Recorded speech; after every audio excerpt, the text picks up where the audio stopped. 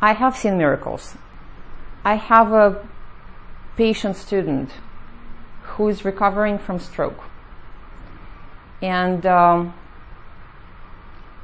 this person couldn't speak because of the stroke. The muscles of the throat and the neck were so tight and uncompressed that the vocal cords were just unable to produce anything other than like a very compressed, screechy noises rather than words. And working with me, she could speak.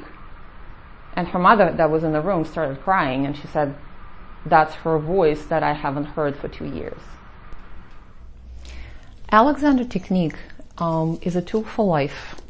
It's the way we use our body, the way we move, the way we react to certain things, the way we deal with different influence of the environment, how we interact with objects.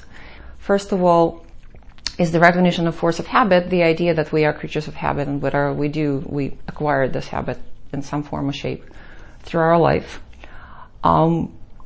Inhibition and non-doing is the second one, is our cognitive ability to stop, inhibit, and do not do a particular thing that we used to.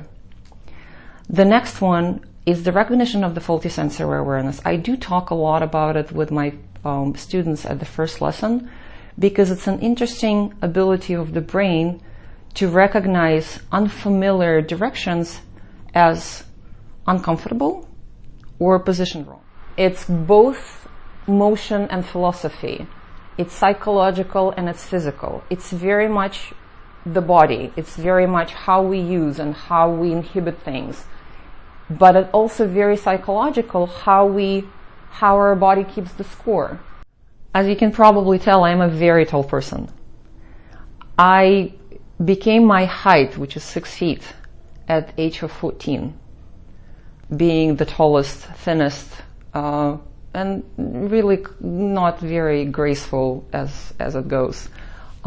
Teenager at the time caused me to hide, to really try to shrink and collapse and be smaller if I could by really folding everywhere I possibly could.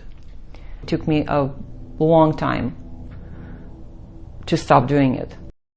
You can direct yourself into a very good use of your body through conscious motion, like through conscious decision of how you're going to move and how you're going to react.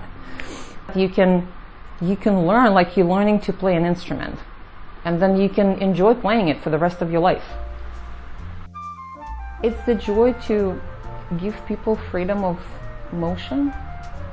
When you see an adult who can suddenly balance and stand on one foot and looks at you with like an eye of like a 5-year-old that just like learned how to ride a bicycle, it's inspiring.